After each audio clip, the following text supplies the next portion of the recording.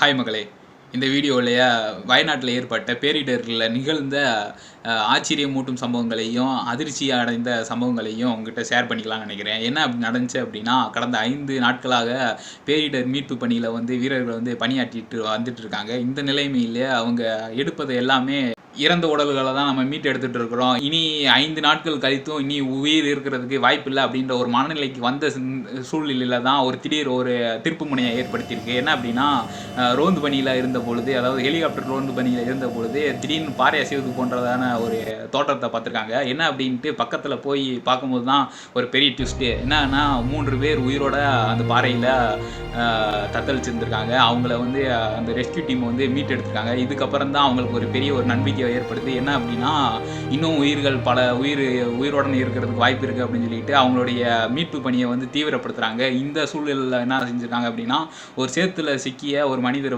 பாதி உடல் வெளியில் பாதி கீழே தத்தளிச்சு இருந்திருக்காரு.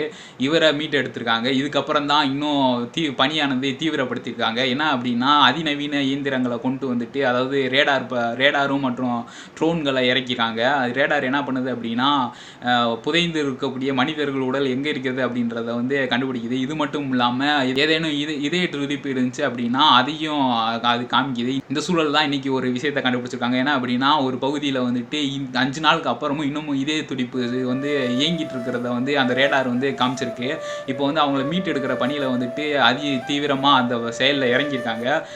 ஆனால் உள்ளே இருக்கிறது மனிதரா இல்லை விலங்கா அப்படின்றது அவங்க வெயிலில் வரும்போது தான் தெரியும். ஸோ ப்ரே பண்ணிக்கிடுவோம், அவங்க எந்த உயிராக இருந்ததும் நல்லபடியாக இருக்கணும் அப்படின்ட்டு. ரைட். ஆச்சரியமூட்டும் வகையில் இருந்த சம்பவம் என்ன அப்படின்னா, இந்த மீட்பு பணியில் இருந்தவர்கள் ஒரு மூதாட்டியும் பேத்தியையும் மீட்டெடுக்கிறாங்க. அந்த மூதாட்டி அவங்க கொடுத்த பேட்டி என்ன அப்படின்னா, நல்ல இரவு நேரம், அது வெளியில் பெரிய சவுண்டு கேட்டுச்சுன்னு சொல்லி நான் வெளியில் பார்க்கும்போது ஊரே வெள்ளைக்காடாக இருந்துச்சு. பக்கத்தில் எந்த வீடுமே இல்லை. நான் உடனே பதறி போயிட்டேன். என் பேத்தி எங்கன்னு நான் தேட ஆரம்பிச்சிட்டேன். என் பேத்தியை பக்கத்தில் இருந்தனால என் பேத்தியை கையில் பிடிச்சிக்கிட்டு என் பேத்தியை எப்படியாவது நான் காப்பாற்றி ஆகணும்னு சொல்லி அந்த வெள்ளைக்காட்டு தண்ணியில் நான் எப்படியோ தத்தளித்து நீந்தி தப்பிச்சு காட்டுப்பகுதிக்குள்ளே போனோம். காட்டுப்பகுதிக்குள்ளே போயிட்டு இருக்கும் போது 3 யானை எங்களை வழி மறிச்சிச்சு. நான் உடனே பயந்து போயிட்டு நின்றுருந்தேன்.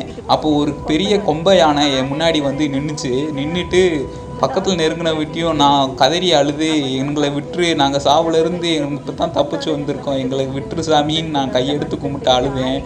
என்னை பார்த்தா யானை என்ன நினச்சிச்சோ தெரியல, அது கண்ணிலையும் கண்ணீர் விட்டுச்சு. நாங்கள் ஓட தெம்பு இல்லாமல் அந்த இடத்துலையே மயங்கிட்டோம். காலையில் விடியும் போது எந்திரிச்சு பார்க்கும்போது எங்களுக்கு அந்த யானையை 3மே பாவலாக நின்று பாதுகாத்துட்டு இருந்துச்சு. எங்களை மீட்க ஆளுக வர வரைக்கும் அந்த யானை எங்களுக்கு காவலாக நின்றுட்டு இருந்துச்சு.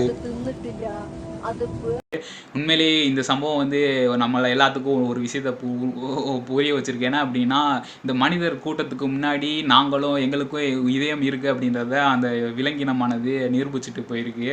இதே சூழலில் நெஞ்ச உழுக்கும் விதமாக ஒரு குடும்பத்தில் இருக்கக்கூடிய ஒருவர் கூட மீதம் இல்லாத அளவுக்கு அனைவருமே இறந்து போயிட்டாங்க. இதே இதில் திருமணம் நடக்க இருந்த அந்த ஒரு சம்பவத்திலையும் தனக்கு வீட்டுக்காக வந்திருக்க தாத்தா பாட்டி முதற்கொண்டு எல்லாருமே இறந்து போயிட்டாங்க. திருமணமாக இருந்த அந்த பெண் மட்டும் உயிரோடு தப்பியிருக்காங்க. இன்னொரு நிகழ்வு என்ன அப்படின்னா, தான் வீட்டில் யாருமே உயிரோடு இல்லை, தான் மட்டும் உயிரோடு இருக்கிறான் ஒரு சின்ன பையன். அவன் எங்கள் அம்மா அப்பா இல்லை அப்படின்னு கதறி காட்சியை பார்க்கும்பொழுது ரொம்ப வேதனையாக அளிக்குது.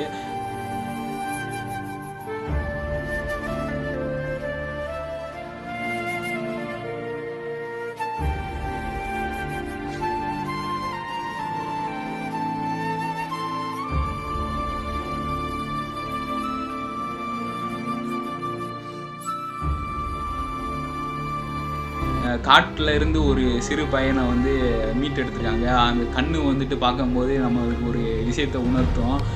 ஸோ நான் சொல்லிக்கிற விஷயம் ஒரே ஒன்று தான். நீங்கள் இன்றைக்கி இருக்கிற விஷயம் நாளைக்கு இருக்கா இல்லையான்றது நிரந்தரம் இல்லாத ஒரு விஷயம். ஸோ இன்றைக்கே எந்த ஒரு ஈகோவும் இல்லாமல் உங்களுக்கு பிடிச்சவங்க கூட தான் இந்த சண்டை எல்லாமே வரும். ஸோ எல்லாத்தையும் தூக்கி போட்டுட்டு மகிழ்ச்சியாகவும் சந்தோஷமாகவும் வாழ கற்றுக்கங்க. எல்லாருக்கிட்டையும் அன்பாக இருங்க, யாரையும் வெறுக்காதீங்க. இதை விட கொடுமையான விஷயம் என்ன அப்படின்னா, தனக்கு அன்பு கொடுக்குறவங்கள வெறுக்கிற விஷயன்றது இருக்கிறதுலேயே பெரிய கொடுமையான விஷயம். ஏன்னா பல பேர் பாசம் காட்டுறதுக்கு ஆள் இல்லாமல் ஏங்கிட்டு இருக்காங்க. அவங்களுக்கு தான் தெரியும் அந்த பாசத்தோட அருமை என்ன அப்படின்ட்டு. அப்படி இருக்க சூழலில் தனக்கு பாசம் கொடுக்குற ஆளை வந்து வெறுக்கிற ஒரு செயல்லாம் கொடுமையான செயல். அது அந்த அன்புக்கு ஏங்குகிற நபர்களுக்கு தான் தெரியும். அதில் நானும் ஒருத்தன். ஸோ அன்பை மட்டுமே பகிருங்கள். இன்றைக்கி நம்ம பார்க்குற விஷயம் நாளைக்கு இருக்கான்னு தெரியாது. நம்ம பேசுகிற நபர்கள் நாளைக்கு இருப்போமா அப்படின்ட்டு தெரியாது. ஸோ ஹாய் நண்பா, நன்றி. அவங்க திரையப்பாண்டி, இது நம்ம திரையப்பாண்டி 2001.